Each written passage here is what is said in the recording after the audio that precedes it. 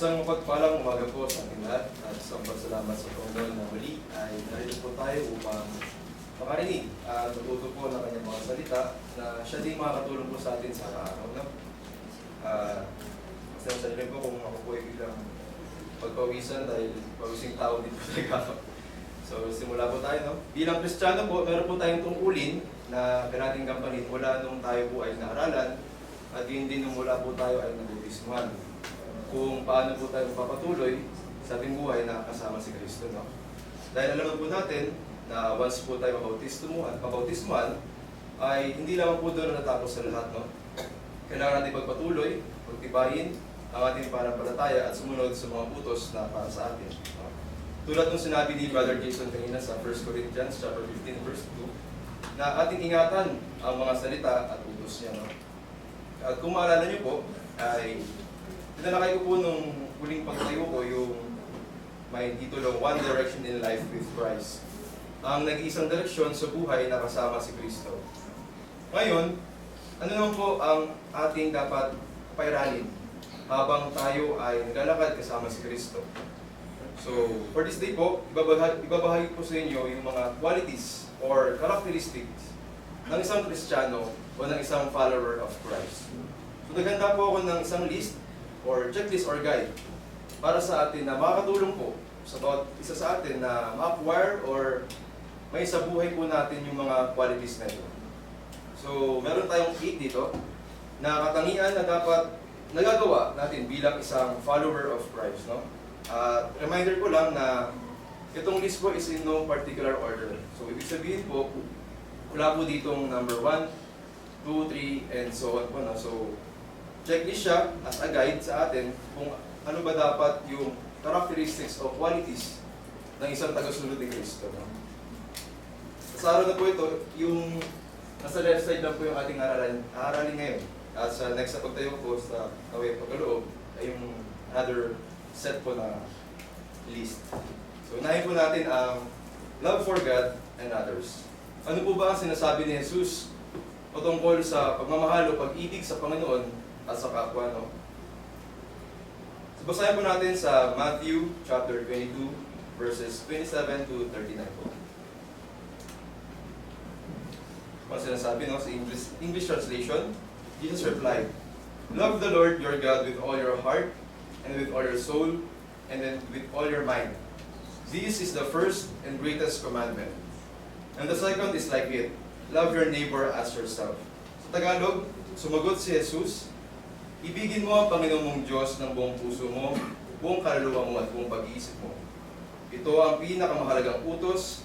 Ito naman ang pangalawa, ibigin mo ang iyong kapwa gaya ng pag-ibig mo sa iyong sarili." Nang malinaw na sinabi ni Jesus na ito ang pinakamahalagang utos para sa atin. Una, ang ibigin natin ang Diyos ang buong puso, buong kaluluwa at buong pag-iisip. No? Wala po tayong second thought, wala po tayong pag-alinlangan, at wala din tayong 50-50. No? Dapat 100% po natin ibigay yung pag-ibig para sa ating Panginoon. Tulad po sinabi kayo na sa 1 Corinthians chapter 13 verse 13, sinabi doon ang pag-ibig ang pinakadakila sa lahat. No? Pangalawa, inuutos din naman niya na ating ibigin ang ating kapwa o love your neighbor as yourself. No? Kahit nung una pa po sa Old Testament ay inuutos na po sa atin to, which is sa 10 Commandments. No? Sa history, sa 10 Commandments, yung una hanggang ika-4 na commandment po, ay ito po yung pag-ibig sa natin sa Panginoon. And then yung 6 to 10, yung po yung pag-ibig natin sa kapwa. No? Kumbaga, nasummarize siya pagdating sa New Testament. So being a follower of Christ, we must practice loving God above all things and loving our neighbors, our friends and families, and even our enemies po. No? Marunong tayo magpatawad at ibigin sila at idalangin. Nasa Bible din po yan. So na-check na po natin ang love for God and others. Next po natin ang obedience to the God's Word. Ano po ba ang obedience? No, or paano po ba tayo maging obedient na tao o Kristiyano? No? So obedience is the act of complying with orders or laws. Sa Tagalog, pagsunod. No, pagsunod sa salita ng Diyos. No, isa sa mga katangian na dapat meron tayo, dahil kung follower tayo ng ating Panginoon, ay dapat sumusunod din tayo sa anong nakasulat sa Biblia, sa Bagong Tipan, at lahat ng aral at lahat ng utos. And still, this is connected po dun sa love for God kanina dahil isa yun sa utos para sa atin. No? Sinabi ni Jesus sa John chapter 14, verse 15, "If you love me, keep my commands." No? Kung iniibig natin siya, ating tutuparin yung kanyang mga utos. At pag binaba natin yung pagbasa sa verse 23, sinabi, sumagot si Jesus, "Ang umiibig sa akin ay tumutupad ng aking salita.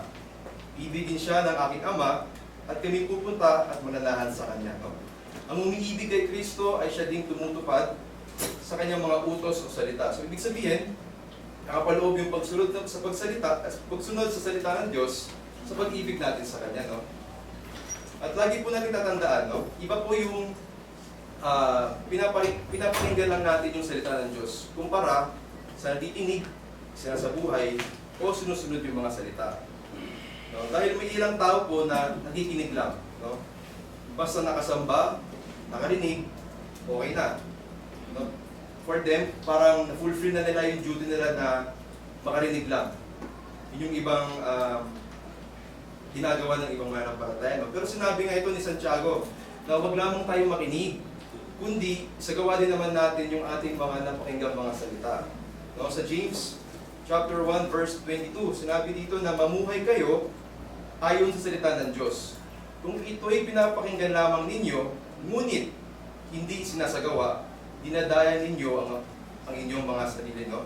So we must hear, learn, and do what is said. No? Tulad po ng sinabi sa Matthew chapter 7 verse 24.